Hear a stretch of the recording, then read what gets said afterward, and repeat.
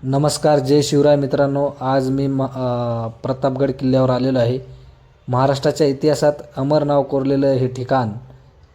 पण इथं आल्यावर काही किल्ल्याचा इतिहास जितका मोठा आहे तितकी आज त्याची अवस्था बघून वाईट वाटले.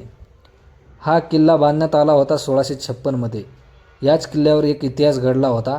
छत्रपती शिवाजी महाराजांनी प्रतापगड या किल्ल्यावर अफजलखानाचा पराभव करून मराठ्यांच्या स्वराज्याची ताकद भारताला दाखवून दिली होती.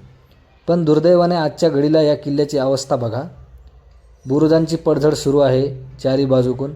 तलावात स्वच्छ पाणी नसून तिथे गाळच जास्त आहे.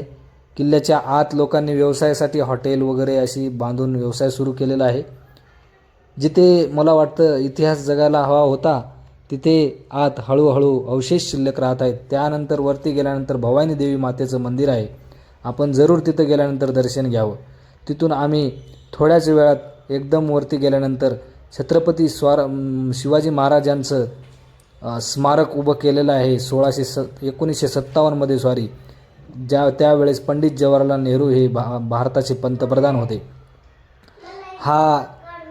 मला एक सांगायचं आहे, प्रतापगड किल्ल्याचा हा केवळ पर्यटन स्थळ नसून तो आपल्या ओळखीचा भाग आहे.